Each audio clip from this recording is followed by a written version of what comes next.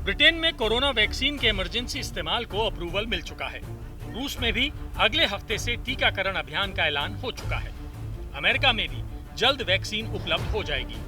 तो भारत किसी से कम है क्या? हमारी वैक्सीन भी साल खत्म होने से पहले पहले आ जाएगी।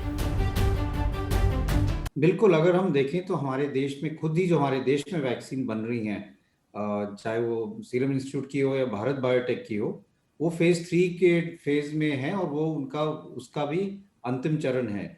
तो अगर सब कुछ ठीक रहा तो हम ये उम्मीद करते हैं कि साल के एंड तक या अगले साल की शुरुआत तक ये वैक्सीन जो है ये रेगुलेटर्स के पास पूरा अपना डेटा ये इंडस्ट्री वाले दे पाएंगे, जिससे इनको इमरजेंसी यूज ऑथराइजेशन मिल सकता है। वैसे तो जब पीएम मोदी ने एक ही दिन में देश की 3 बड़ी लैब्स का दौरा किया था, तभी देश समझ गया था कि वैक्सीन आने में अब कुछ ही दिन बचे हैं और अब वो शुभ घड़ी बेहद नजदीक है।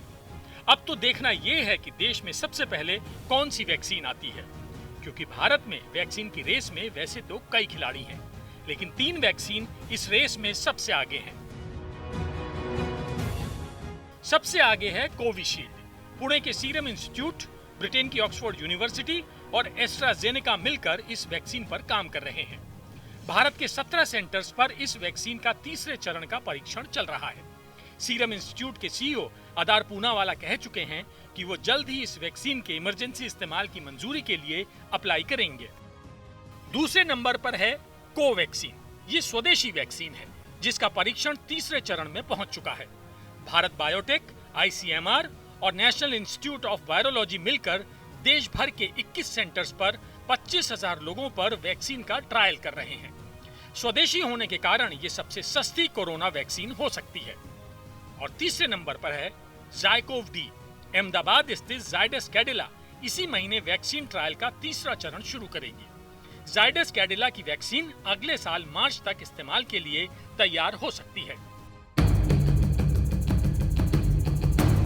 इन तीनों वैक्सीन से ही देश को सबसे ज्यादा उम्मीदें हैं, लेकिन इस रेस में सबसे पहले बाजी मार सकती है सीरम इंस्टीट्यूट की Covishield. As of yet, we don't have anything in writing with the government of India on how many doses they will produce, their purchase, but the indication is 300 to 400 million doses by July 2021, which is what the health ministry has made public.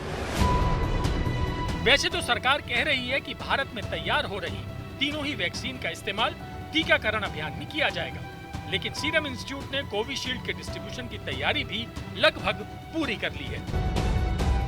Covishield corona संक्रमण पर 90% तक असरदार साबित हुई है। Serum institute ने Covishield के उत्पादन के लिए एस्ट्राजेनेका के साथ करार किया है। एस्ट्राजेनेका को कोविशील्ड के 100 करोड़ डोज तैयार करने के लिए कहा गया है। सीरम इंस्टीट्यूट के अदार पूनावाला ने कहा है कि आम जनता को जरूरी 2 खुराक की कीमत अधिकतम 1,000 रुपए होगी। वैक्सीन अगले साल जनवरी के अंत तक आ सकती है। आम लोगों को ये वैक्सीन भारत में अप्रैल तक उपलब्ध हो सकती है और जुलाई 2021 तक भारत में 30 से 40 करोड़ लोगों को कोविशील्ड की डोज दी जा चुकी हो। तो देश में कोरोना वैक्सीन का इंतजार खत्म होने वाला है, जिसको लेकर देश के आम लोगों से ज्यादा उत्साहित तो नेता और मंत्री लग रहे हैं, जो वैक्सीन ट्रायल में बढ़ चढ़कर हिस्सा ले रहे हैं। तैयार हूं वॉलंटियर बनने के लिए। আমার উপর প্রয়োগ করার পরে এটা সম্পূর্ণতা লাভ করছে না।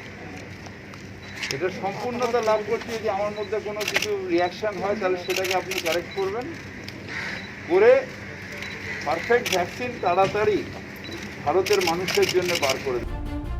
भारत ने कर दिखाया। अब वैक्सीन आने ही वाली है, लेकिन असली चुनौती तो वैक्सीन आने के बाद होगी। वैक्सीन समय पर हर जरूरतमंद को मिल जाए, इसकी जिम्मेदारी सरकारों की है और ये काम अपने आप में किसी कठिन परीक्षा से कम नहीं होगा। आज तक ब्यूरो।